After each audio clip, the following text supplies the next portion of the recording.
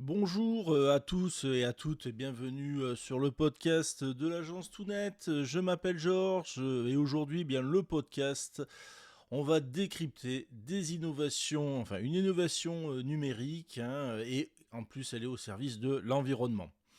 Alors, nous allons parler effectivement de cette révolution technologique au cœur de nos villes, les jumeaux numériques des arbres.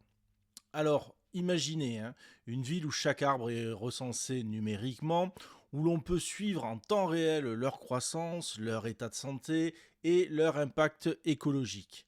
Et si la technologie permettait de mieux protéger nos forêts urbaines?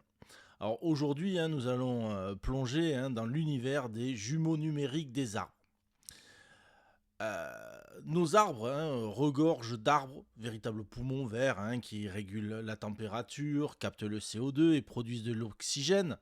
Pourtant, leur gestion repose encore sur des inventaires manuels, souvent datés. Ça demande du temps, ça demande de l'argent, ça demande des ressources, des personnes pour pouvoir le faire. Et heureusement, il y a des entreprises comme Green Hill qui changent la donne en utilisant deux technologies, le LIDAR qui est Light Detection and Ranging, qui est en fait une technique de télémétrie. Peut-être vous en avez entendu parler, on en parle souvent, même, vous voyez, on a utilisé le LIDAR pour faire effectivement une vue 3D du Titanic. Et la seconde technologie utilisée, c'est l'intelligence artificielle. Alors il faut que vous imaginiez un véhicule équipé d'un scanner laser qui capture des images 3D des arbres en quelques secondes et chaque arbre est transformé en une nuage de points.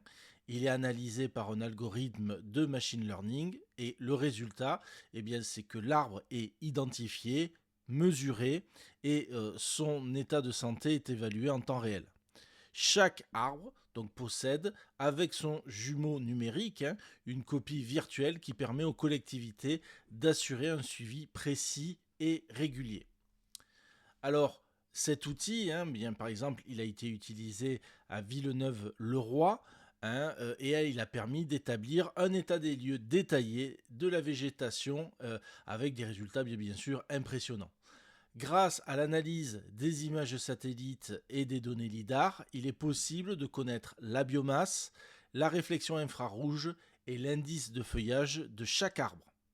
Des indicateurs clés qui permettent donc d'évaluer leur santé et leur impact écologique. Alors, selon Pascal Goumier, qui est le directeur des opérations chez Green Hill, grâce à l'analyse des images satellites et du LIDAR, nous pouvons évaluer la biomasse et détecter des signes précoces de maladies. C'est un atout majeur pour préserver nos forêts urbaines. Alors, il y a vraiment un objectif qui est clair, c'est de mieux gérer le patrimoine arboré, anticiper les sécheresses, optimiser les plantations et adapter les infrastructures aux enjeux climatiques.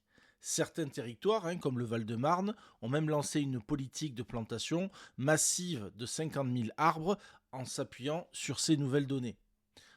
Ça montre effectivement l'intérêt, parce que c'est bien beau de faire des plantations massives, mais si elles ne sont pas suivies, on peut perdre des milliers, des millions d'euros facilement. Moi, par exemple, je l'ai vu dans un pays qui est la Chine, qui plante massivement.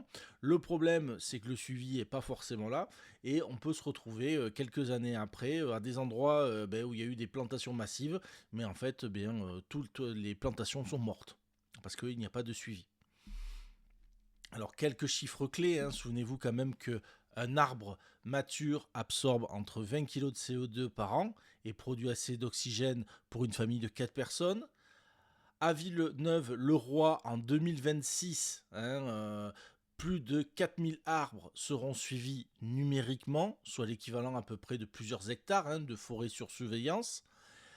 Aujourd'hui, il y a 50 000 arbres plantés dans le Val-de-Marne, et donc il y a un projet vraiment d'envergure qui montre l'importance de cette technologie.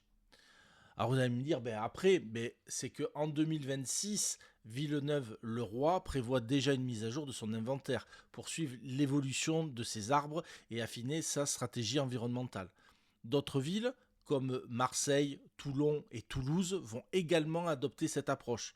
Des villes déjà beaucoup plus grandes, beaucoup plus importantes et effectivement avec un parc d'arbres beaucoup plus important.